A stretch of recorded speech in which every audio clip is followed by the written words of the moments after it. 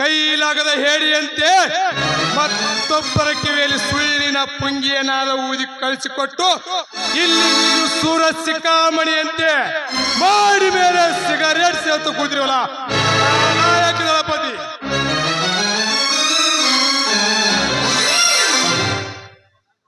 ಗೌಡ್ರ ಗೌಡ್ರ ಸಿಂಧೂರಮ್ಮ ಹುಲಿ ನಮ್ಮ ಅರಮನೆ ಕಡೆ ಬಂದು ಗುಡುಗ ಹಾಕೋತ್ ನಿಂತನ್ರಿ ಅಪ್ಪ.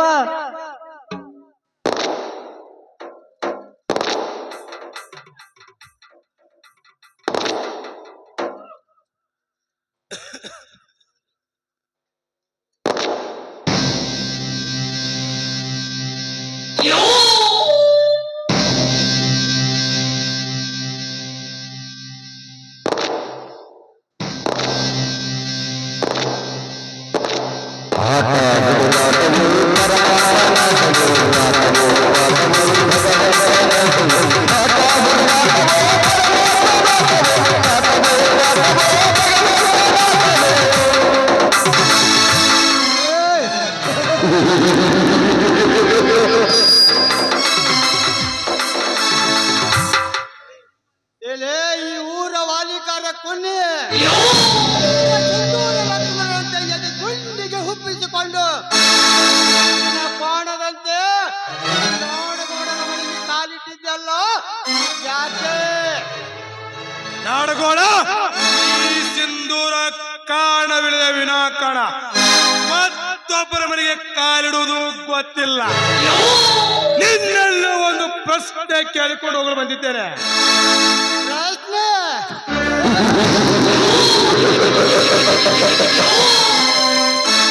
ಪ್ರಶ್ನೆ ಕೇಳಲು ಬಂದರೆ ನಾಯಿಯಂತ ಬಾಲ ಮುದುರಿಸಿಕೊಂಡು ಮೂಲಿಯಲ್ಲಿ ನಿಂತು ಕೇಳೋದನ್ನ ಬಿಟ್ಟು ಸಿಂಹದಂತೆ ಗರ್ಜಿಸುತ್ತಾ ಬಂದಿಯಲ್ಲ ಮರೇ.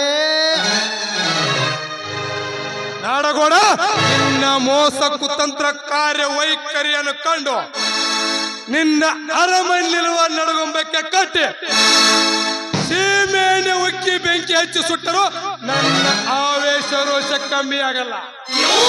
ಯಾಕೆ ಗೊತ್ತಾ? ನನ್ನ ದೇವರಂತೆ ತನ್ನ ತಂದೆಯನ್ನು ಹೆದರಿಸಿ ಸರ್ಕಾರ ಕೊಟ್ಟ ವಾಲಿಕಾರ ಚಾಟಿಯನ್ನು ನಿನ್ನ ಹೆಸರಿಗೆ ಬರೆಸಿಕೊಂಡುದು ಅಲ್ಲದೆ ನಾನು ತುತ್ತು ಅನ್ನಕ್ಕೆ ದುಡಿಯುವ ದನ್ಯಾರ ಮನೆಯಲ್ಲಿ ನೀನು ತುಂಬಿದ ಕ್ಷರತ್ತನ ಕಿವಿಯಲ್ಲಿ ವಿಷದ ಮಾತು ಇಂದು ನನ್ನ ಜೀವಕ್ಕೆ ಕಪ್ಪು ಚುಕ್ಕಿಯಾಗಿದೆ ಗೌಡ. ಎಲೆ ಮಾನಿಗೇಡಿ ಮಂಗ್ಯ,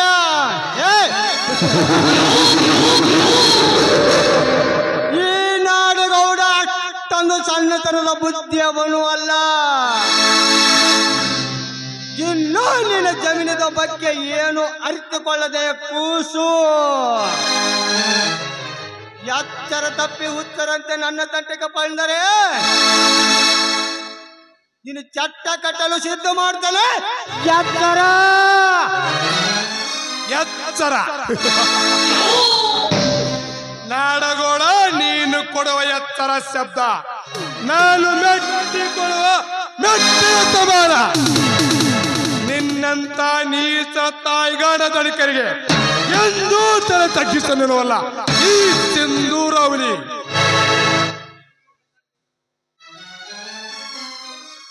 ನೀನು ಈ ಹೊಳೆ ಸಾಲಿನ ನಾಡಗೋಡ ಸಮತಕ್ಕೆ ನೀನೇನು ದೇವರಲ್ಲ. ಸುಮ್ಮನೆ ನನ್ನ ಮರ್ಯಾದೆಯಿಂದ ನನ್ನ ಆಸ್ತಿ ಪತ್ರಗಳನ್ನು ಬಿಟ್ಟು ಕೊಟ್ಟರೆ ಸರಿ, ಇಲ್ಲವಾದ್ರೆ ಮುಂದೆ ನಡೆಯುವುದೇ ಬೇರೆ ಗೌಡ. ಮರ್ಯಾದೆ ಅದು ನಿನಗೆ ಯಾರಿಗೋ ನಿನ್ನ ತಾಯಿ ಕದ್ದು ಬಸಿರಾಗಿ ಮಾನಕ್ಕೆ ಅಂಜಿ ಆತ್ಮಹತ್ಯೆ ಮಾಡಿಕೊಂಡ ಜಾರಣಿ ಮಗನಿಗೆ ಕೊಡಬೇಕೆ? ಏ ಸಿಂಧೂರ, ಧರ್ಮದ ಅರಮನೆ ಆಳು ಮಗನೆಂದು ನಾನು ಎದ್ದ ಮದ ತುಂಬಿಕೊಂಡು ಎದು ಹುಬ್ಬಿಸಿ ಮಾತನಾಡಿದರೆ ಈ ದಳಪತಿ ಸಿಳ್ಳು ಹಾಕಿದರೆ ಸಾಕು, 10 ನಿಮಿಷದಲ್ಲಿ ನೀನು ಜೀವಂತ ಇರೋದಿಲ್ಲ. ಸುಮ್ಮನೆ ನನಗೆ ಎದುರಾಗು ಬದುಕಿ ಪಕ್ಷಿ ನೀನಾಗಬೇಡ. ಹೇ ದಳಪತಿ, ನನ್ನ ತಾಯಿಯ ಶೀಲದ ಬಗ್ಗೆ ಕೆಟ್ಟ ಮಾತುಗಳನ್ನು ಮಾತನಾಡಿದರೆ ನಿಂತ ಜಾಗದಲ್ಲಿ ಮಣ್ಣು ಸೇರ್ತೀಯ. ಬಂಡತನದಿಂದ ಬಡ ರೈತರ ಮೇಲೆ ಬಿಸಿಲು ಕುದುರೆಯನ್ನು ಏರಿ ತುಲಂಕರದಲ್ಲಿ ಈ ಧರ್ಮದ ನಾಡಿನಲ್ಲಿ ನೀನಾಡುವ ಆಟಕ್ಕೆ ಸತ್ಯದ ಬೆಂಕಿ ಹಚ್ಚುವುದೇ ನನ್ನ ಗುರಿ. ಎಚ್ಚರಿಕೆ. ಜರ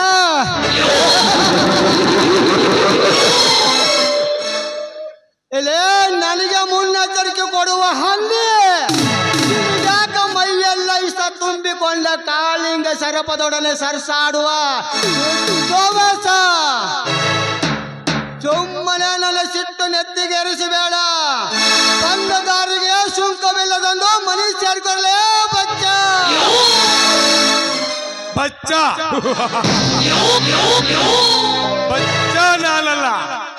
ಧರ್ಮದ ಮನೆಯಲ್ಲಿ ನಿಮ್ಮಂತ ಬಂಡರವ ಪಚ್ಚಲು ಮುರಿಯುವ ಕೆಚ್ಚದೆಯ ಕಂಡು ಕೆಟ್ಟ ವಿಷ ಜಂತುಗಳನ್ನ ಕುಸ್ತಿಡುವುದೆಂದರೆ ನನಗೆ ಬಲು ಇಷ್ಟ.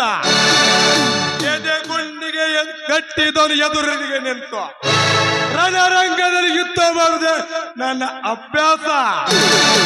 ನಿಮ್ಮಂತ ಹುಲಿಗೆ ಹುಲಿಯಾಗಿ ನಿಲ್ಲುವುದೇ ನನ್ನ ಹಠ.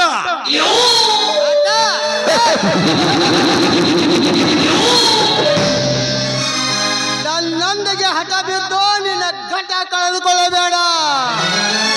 ನನ್ನಿಂದ ಭೂಮಿ ಮರಳಿ ಪಡೆಯುವ ಧೀರ ನೀನಾಗಿದ್ದರೆ ಅದು ಒಂದು ಇಲ್ಲಿಗೆ ಮರೆತು ಬಿಡು. ಅಂದಾಗ 4 ದಿವಸ ಬದುಕಿರುವೆ. ಇಲ್ಲವಾದರೆ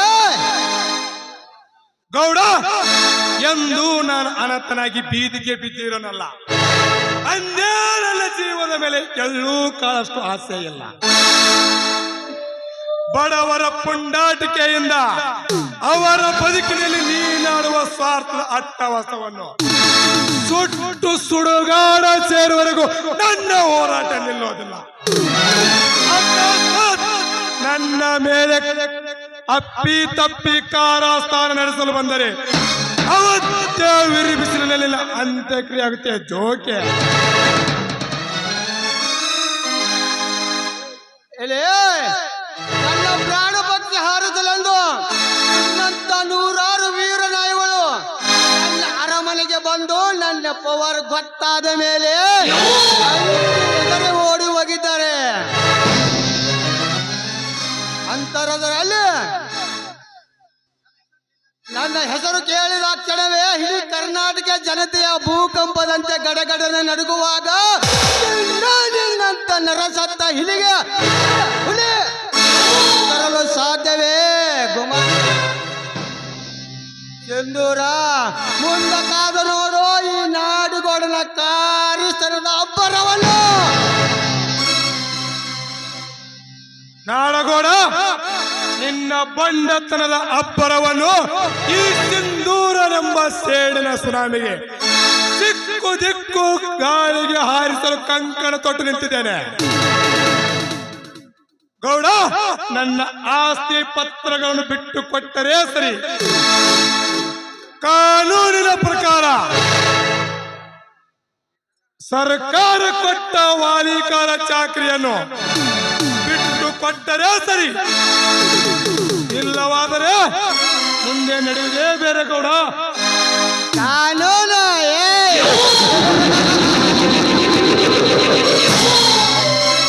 ಕಾನೂನು ನಡೆಸುವ ಅಧಿಕಾರಿಗಳೇ ನನ್ನ ಕೈ ಚೀಲ. ನನ್ನಂತ ಹಣವಂತರು ಕರೆ ಕೋಜಿನವರೆಗೂ ಹಣ ಬೀಸ್ ಹಾಕಿದರೆ ಸಾಕು. ನ್ಯಾಯ ದೇವತೆಗೆ ಕಣ್ಣಿಗೆ ಕಪ್ಪು ಕಟ್ಟಿ ಇದ್ದುದನ್ನು ಸತ್ಯ ಎಂದು ನಿನಗೆ ಗೊತ್ತೇ ಖುಷಿ. ಕಾನೂನನ್ನು ಹಣ ಕೊಟ್ಟು ಮಾರಾಟಕ್ಕೆ ತೆಗೆದುಕೊಂಡು ನ್ಯಾಯ ದೇವತೆಗೆ ಕೊನೆಗೊಂದು ಸುಳ್ಳು ದಿನ ಗೊತ್ತಾಗುತ್ತದೆ. ಅದೇ ಕಾನೂನು ಕಾರಾಗೃಹದಲ್ಲಿ ಕಟ್ಟಿ ಹಾಕುತ್ತದೆ. ನಾಡಗೌಡ ನಿನಗೊಂದು ಕಿವಿ ಮಾತು ಹೇಳ್ತೀನಿ. ಈ ಹಳ್ಳಿಯ ಜನತೆಯೊಂದಿಗೆ ನೀನಾಡುವ ತಾಯ್ಗಾಡ ನಾಟಕದ ಒಂದೊಂದು ಎಳೆಯನ್ನು ಪುಟವಾಗಿ ಓದಿಕೊಂಡು ಬಂದಿರುವೆ. ಇದೇ ಸಮಾಜದ ಮುಂದೆ ನಿನ್ನನ್ನು ಆಡುವಾಗ ಮೇಲೆ ರುಂಡವನ್ನು ಚಂಡಾಡದಿದ್ದರೆ ನಾನು ಕಾಂತಿವೀರ ಸಂಗೊಳ್ಳಿ ರಾಯಣ್ಣ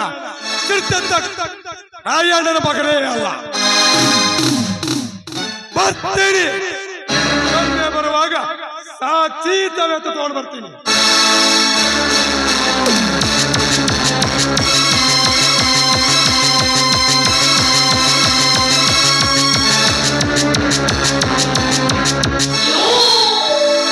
ಗೌಡ್ರ ಏನ್ ಬಿರ್ಸ್ ಮಾತಾಡೋದ್ರಿ. ನನಗಂತೂ ಅವನ ರೋಷ ಆವೇಶ ನೋಡಿದ್ರ ಆ ಸಿಂಧೂರ್ ಲಕ್ಷ್ಮಣನ ಅಪ್ಪಿಗೆ ಬಂದಂಗ ತಡ್ರಿ. ಈ ಸಿಂಧೂರ ಅಷ್ಟೇ ಅಲ್ಲ, ಇವನಂತ ನೂರಾರು ಸಿಂಧೂರರು ಮತ್ತೆ ಮತ್ತೆ ಜನ್ಮ ತಾಳಿ ಬಂದರು. ಪೌರುಷವನ್ನು ಹೇಗೆ ಮಣ್ಣು ಮುಕ್ಕಿಸಬೇಕನ್ನೋದು ನನಗೆ ಗೊತ್ತು.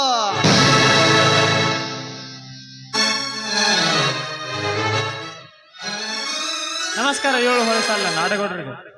ಬಾ ಗೌತಮ್ ಬಾ. ರೈತ ಜನಾಂಗ ಮಳೆರಾಯನ ಹಾದಿ ಕಾದಂತೆ ಈ ನಾಡಗೌಡ ನೀನು ಬರುವ ದಾರಿಯನ್ನು ಕಾಯುತ್ತಾ ನಿಂತಿದ್ದಾನೆ. ಇರಲಿ, ಮತ್ತೇನು ಸಮಾಚಾರ? ಏನೂ ಇಲ್ಲ ಗೌಡ್ರೆ, ನನಗೆ ಸ್ವಲ್ಪ ಹಣ ತೊಂದರೆತ್ತು, ಅದಕ್ಕೆ ನೀವು. ಅಲ್ಲೋ ಗೌತಮ್, ಅಲ್ಲೋ ಗೌತಮ್ಮ, ಹಣ ಬೇಕಂದಲ್ಲಪ್ಪ. ಯಾವ ಕೆಲಸಕ್ಕ ಹಣ?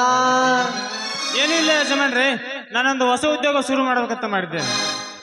ತಮ್ಮ ಏನ ಅಂದಲ್ಲ, ಏನ ಎಮ್ಮಿ ಬಳಸುದು ಇಲ್ಲ ಯಾರ್ದಾರ ಕಂಡವ್ರು ತಲಿ ಬಳಸ್ಲಕ್ಕ? ಗೌತಮ್, ನಿನಗ ಹಣದ ಅಡಚಣೆ ಇದೆ, ನನಗ ಮುದ್ದಾಡಲು ಒಂದು ಹೆಣ್ಣಿನ ಅವಶ್ಯಕತೆ ಇದೆ. ಗೌಡ್ರ, ನಿಮ್ಮ ಮಾತನಾಡ್ತಾ ನನಗೆ ತಿಳಿಯಲಿಲ್ಲ.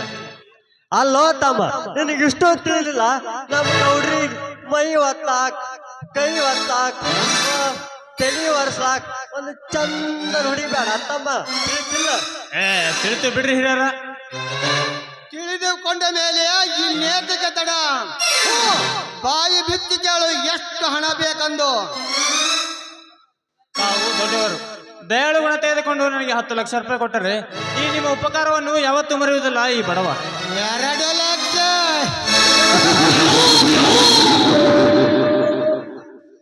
ಗುಮಸ್ತ, ಒಳಗೆ ಹೋಗಿ 3 ಲಕ್ಷ ರೂಪಾಯಿಯನ್ನು ತೆಗೆದುಕೊಂಡು ಬಂದು ಕೊಡು.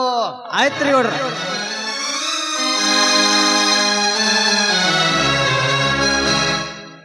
ಗೌತಮ್, ನಾನು ಕೊಡುವ ಹಣಕ್ಕೆ ನಿನಗ ಬಡ್ಡಿ ಹಾಕುವುದಿಲ್ಲ. ಆದರೆ ನಾನು ಕೇಳುವ ಮಾತಿಗೆ ನಿನ್ನಿಂದ ಈಡೇರಿಸಲು ಸಾಧ್ಯವೇ? ಗೌಡ್ರು ಮಾತು ಪಾಲಿಸುವುದು ಅಷ್ಟೇ ಅಲ್ಲ, ನಿಮಗಾಗಿ ಪ್ರಾಣ ಕೊಡಲು ಸಿದ್ಧ ಈ ಗೌತಮ್.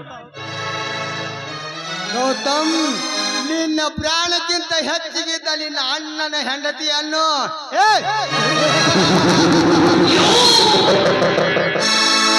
ಅವಳನ್ನು ಒಂದು ರಾತ್ರಿ ಆದರೂ ನನ್ನ ಮಂಚಕ್ಕೆ ಕರೆದುಕೊಂಡು ಬರ್ತೀಯಾ?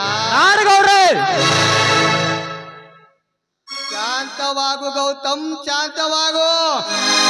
ತನ್ನ ವೈರಿ ಶಾಂತಿ ಪರಾರ ವೈರಿ. ಹೆಚ್ಚಿನ ಬರದಲ್ಲಿ ಮನೆಗೆ ಬರುವ ಲಕ್ಷ್ಮಿಯನ್ನು ದೂರ ತಳ್ಳಬೇಡ, ವೇದಿಸು. ಗೌಡ್ರ, ಇಂಥ ಹೀನ ಕಾರ್ಯಕ್ಕೆ ನನ್ನ ಮನಸ್ಸು ಒಪ್ಪುವುದಿಲ್ಲ. ಮೇಲಾಗಿ ಸಮಾಜ ನನ್ನನ್ನು ತಲೆ ಹಿಡುಕ ಎಂದು ಕೂಗಿ ಕೂಗಿ ಕರೆಯುತ್ತದೆ.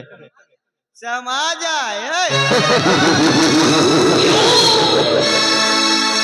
ಗೌತಮ್, ಸಮಾಜದಲ್ಲಿ ಹಣ ಸಿಗುತ್ತದಂದರೆ ಮಾಡಿಕೊಂಡ ಹೆಂಡತಿಯನ್ನು ಹಣವಂತರ ಪಕ್ಕದಲ್ಲಿ ತಂದು ಹಾಕುತ್ತಾರೆ. ಅಂತದರಲ್ಲಿ ಹಣ ಗಳಿಸುವ ಸ್ವಾರ್ಥಕ್ಕಾಗಿ ಬಲಿಯಾಗಿ ರಕ್ತ ಹಂಚಿಕೊಂಡು ಬಂದ ಅಕ್ಕ ತಂಗಿಯರನ್ನು ಧನಿಕರ ದಾಸಿಯಾಗಿ ಮಾಡುತ್ತಾರೆ. ಅಂತದರಲ್ಲಿ ನಿನ್ನ ಅತ್ತಿಗೆ ಮೇಲೆ ಏಕೆ ಕನಿಕರ ಗೌತಮ್? ಹೌದು, ನಾಡಗೌಡರು ಹೇಳಿದಂತೆ ನನ್ನ ಅತ್ತಿಗೆಯನ್ನು ಹೇಗಾದರೂ ಮಾಡಿ ಉಪಾಯದಿಂದ ಈ ನಾಡಗೌಡರಿಗೆ ಒಪ್ಪಿಸಲೇಬೇಕು. ಅಂದಾಗಲೇ ಈ ಸಮಾಜ ನಾನು ಎತ್ತರಕ್ಕೆ ಬೆಳೆಯಲು ಸಾಧ್ಯ. ಗೌಡ್ರೆ, ನಿಮ್ಮ ಕೆಲಸ ಆಯ್ತು ಅಂತ ತಿಳಿಯಿರಿ. ತಮ್ಮ, ಇಡೀ ನಿನ್ನ ರೊಕ್ಕ. ಗೌಡ್ರೆ, ನಾನೇನು ಹೋಗಿ ಬರ್ತೇನೆ. ಹೋಗಿ ಬಾ.